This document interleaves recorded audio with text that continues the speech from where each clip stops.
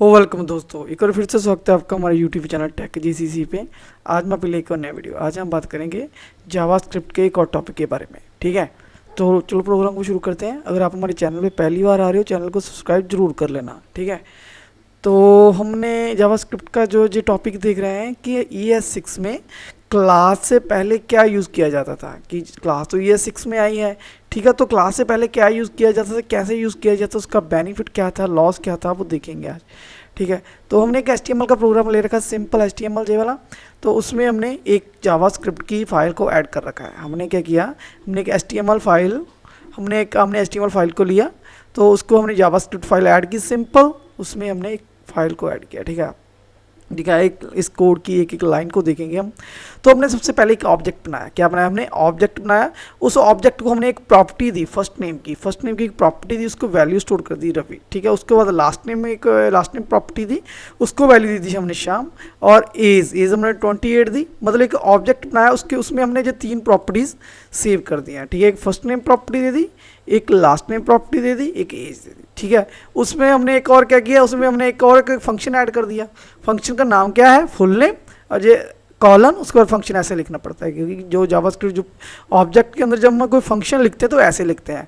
ठीक है, हमने एक ऑब्जेक्ट में लिया person1, उसमें एक पहले फर्स्ट नेम उसकी वैल्यू दे दी, लास्ट नेम उसकी वैल्यू दे दी, एज हमने दे दी। ठीक है, उसके बाद उसमें हमने एक फंक्शन बना लिया, उस फंक्शन का नाम क्या है, फुल नेम। ठीक है, फुल नेम उसका फंक्शन का नेम है फंक्शन। उसके बाद कंसोल डॉट लॉग।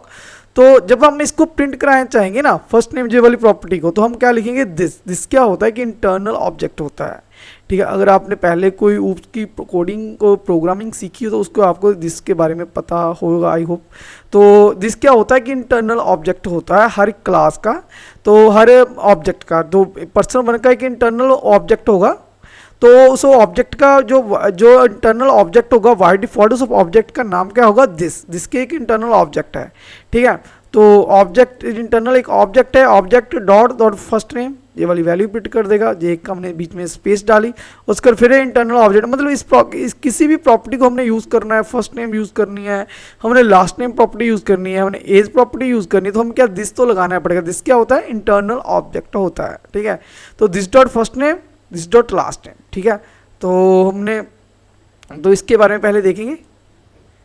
तो जे वाला जे हो गया। उसके बाद इसको हमने एक्सेस कैसे करना है, normal person1 dot first name print हो जाएगा, console dot log person dot last name. तो इसको हमने वैल्यू को भी चेंज कर दिया।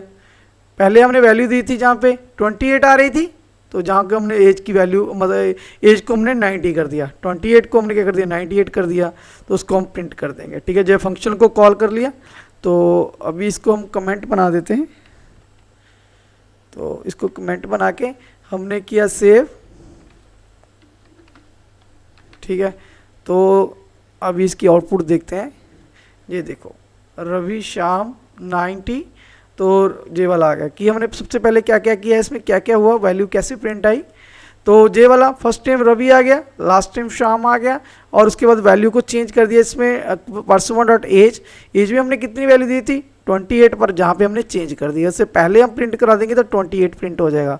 अगर जहाँ पे मतलब वैल्यू देने से पहले, 90 वैल्यू देने से पहले हम इस वैल्यू को प्रिंट करा देते कंसोल डॉट लॉग, तो कितनी वैल्यू प्रिंट हुई थी, 28। तो हमने चेंज कर दी और बाद में इसको प्रिंट करवा दिया। तो आंसर क्या आ गया हमारा, 90 आ गया। ठीक है, उसके बाद हमने person डॉट जे क्या ऑब्जेक्ट के थ्रू ऑब्जेक्ट डॉट लगा के हमने फुल नेम फंक्शन को कॉल करा दिया। जे वाला फुल नेम फंक्शन है हमारा, जे वाला, इसको हमने जस्ट कॉल करा दिया, कंट्रोल मारा, जहाँ चला गया तो हमने जे वाला प्रिंट हो गया। तो जे भी हो गया हमारा कि हमने प्रॉपर्टीज कैसे देनी है, फंक्शन कैसे बनाना है, कि उस फंक्शन को कॉल कैसे करना है। ठीक है, तो आप ऐसे भी एक ऑब्जेक्ट बना सकते हो ऐसे। ठीक है, और इस तरह से भी आप ऑब्जेक्ट बना सकते हो कि हमने लेट लिखा %2 इज इक्वल टू लगा के ब्रैकेट ब्रेसिस लगा के सेमीकोलन हटा दे, ऑब्जेक्ट बन जाएगा। इस तरह भी बन सकता है, इस तरह भी बन सकता है, लेट %2 न्यू ऑब्जेक्ट।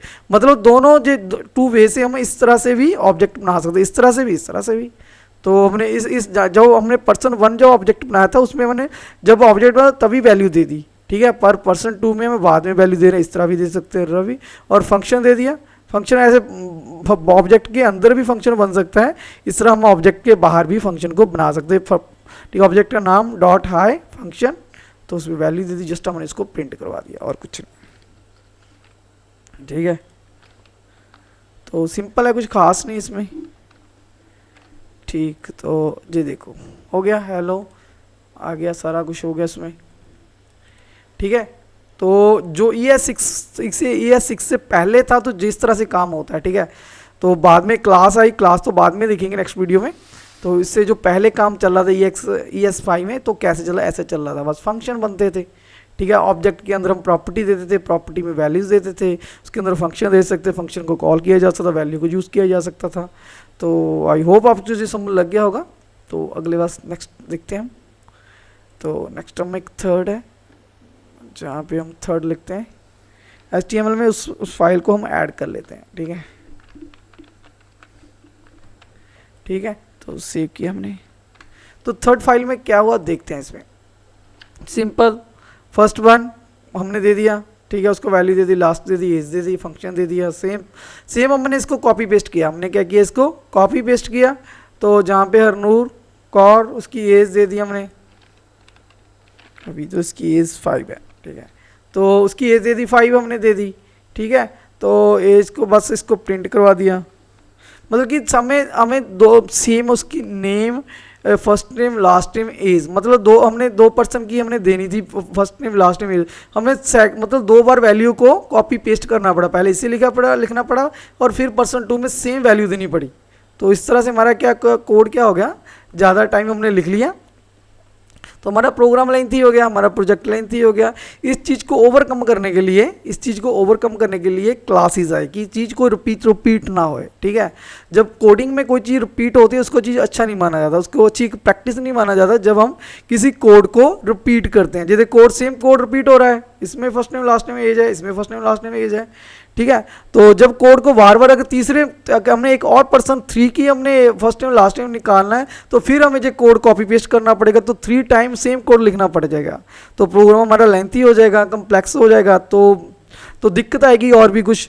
ठीक है, तो इस चीज़ को ओवरकम कर रहे हैं क्लास में। ठीक है, तो ये देखो जो ES5 था उसमें क्या था, उसमें क्लास नहीं थी, उसमें क्या था, उसमें था कंस्ट्रक्टर फंक्शन। क्या था उसमें, कंस्ट्रक्टर फंक्शन, बस। ठीक है, तो कंस्ट्रक्टर फंक्शन बस सिंपल प्रोग्राम को ये वाला एक मतलब क्लास का एक अल्टरनेटिव है कंस्ट्रक्टर फंक्शन जो ES5 में था। तो पर्सन का हमने कंस्ट्रक्टर फंक्शन का नाम दे दिया पर्सन फर्स्ट लास्ट एज। ठीक है, तो प्रोग्राम चलना स्टार्ट कहाँ से होगा, जहाँ से होगा। तो हमने क्या किया, एक ऑब्जेक्ट बनाया। ठीक है, पर्सन हमारा जो कंस्ट्रक्टर है, इसको रवि वैल्यू दे दी हमने, जो फर्स्ट में चले गई, शाम वैल्यू लास्ट में चले गई, 28 वैल्यू एज में चले गए। मतलब ये हमने जब हम P1 हमने ऑब्जेक्ट बनाया, किस चीज़ का ऑब्जेक्ट बनाया हमने, और जो है पर्सन, ये हमारा पर्सन है, ये हमारा क्या है, पर्सन कंस्ट्रक्टर एक फंक्शन है। कंस्ट्रक्टर फंक्शन का हमने एक ऑब्जेक्ट बनाया P1।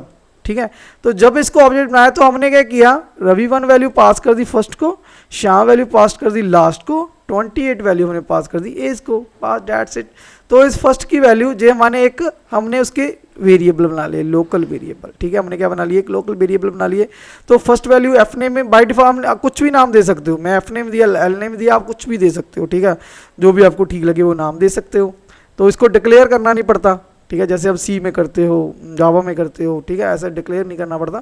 First value F name में आ गई, लास्ट वैल्यू एल नेम में आ गई, एज ए में आ गई। ठीक है, तो अब एक हमने फंक्शन बना लिया, इस वैल्यू को हमने ऐसे प्रिंट करवा सकते हो। जैसे मैंने एक हाई नाम का एक फंक्शन बना लिया, दिस डॉट हाई फंक्शन, तो दिस डॉट एफ नेम करेंगे, जो भी एफ नेम में वैल्यू आई कौन सी आई, रवि आई, रवि प्रिंट हो जाएगा। ठीक है, तो इसको प्रिंट, जहाँ पे हम अभी सेकंड लिखता हूँ मैं, अभी थर्ड लिखा था, अभी सेकंड लिखूंगा, सेकंड लिखेंगे हम जहाँ पे अभी, तो अभी सेव किया मैंने इसको।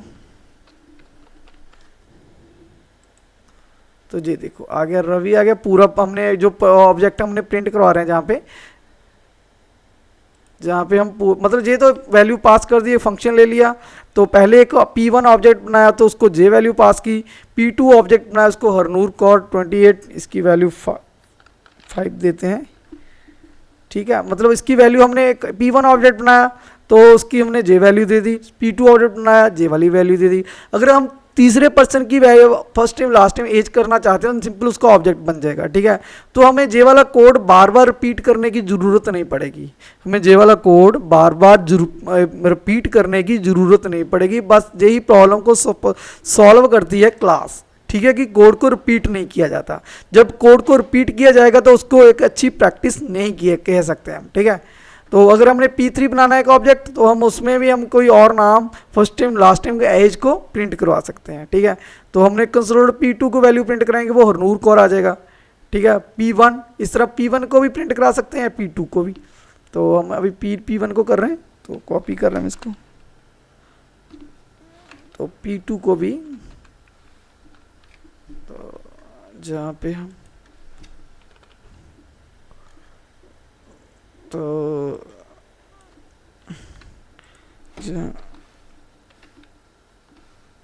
ठीक, तो जहाँ पे अभी लास्ट नेम एल नेम, तो जहाँ पे क्या करेंगे हम ए लिखेंगे। ठीक है, क्या है ऑब्जेक्ट वेरिएबल का नाम ए। देखो जे वाला एफ नेम एल नेम ए। ठीक है, तो अभी इसको किया सेव मैंने, अभी देखते हैं क्या आउटपुट आ रही है। ठीक है जी, देखो first time last time age, first time last time age. तो कोड को हमने क्या किया, रिपीट नहीं किया। ठीक है, इसको कोड को हमने बार बार रिपीट नहीं किया, जस्ट हमने क्या किया, ऑब्जेक्ट बना दिया। एक ऑब्जेक्ट बस फंक्शन का, कंस्ट्रक्टर का हमने क्या बना दिया, कंस्ट्रक्टर फंक्शन का क्या बना दिया, ऑब्जेक्ट बना दिया। तो उसको हमने यूज़ कर लिया। तो इस फंक्शन को हम क्या बोलते हैं, इस फंक्शन को जावास्क्रिप्ट में जब एक ऑब्जेक्ट के कंस्ट्रक्टर फंक्शन के बीच हम एक फंक्शन लिखते हैं तो हम उसको क्या बोलते हैं, मेथड बोलते हैं। क्या बोलते हैं, मेथड बोलते हैं। जब कंस्ट्रक्टर फंक्शन के बीच हम कोई और फंक्शन लिखते हैं तो उसको हम क्या बोलते हैं, मेथड। ठीक है, तो इस तरह से हमने फंक्शन को कॉल किया तो कॉल हो जाएगा, प्रिंट हो जाएगा। मतलब मेन तो कंस्ट्रक्टर फंक्शन था कि कंस्ट्रक्टर फंक्शन कैसे बनता है, इसको वैल्यू कैसे पास करते हैं, उसकी वैल्यूज यूज़ कैसे करते हैं, फंक्शन कॉल कैसे करते हैं, बस यही दिखाना था। बाकी तो फंक्शन कॉलिंग आपको मालूम ही होगा कैसे कॉल होता है, कैसे उसको वैल्यूज़ पास की जाती हैं। आई होप आपको ये प्रोग्राम समझ लग गया होगा। तो अगर आप हमारे चैनल पे पहली बार आ रहे हो, चैनल को सब्सक्राइब जरूर कर लेना। ठीक है, अगर आपको जो हमारी वीडियो अच्छी लगे लाइक करना, शेयर करना। Thanks for watching.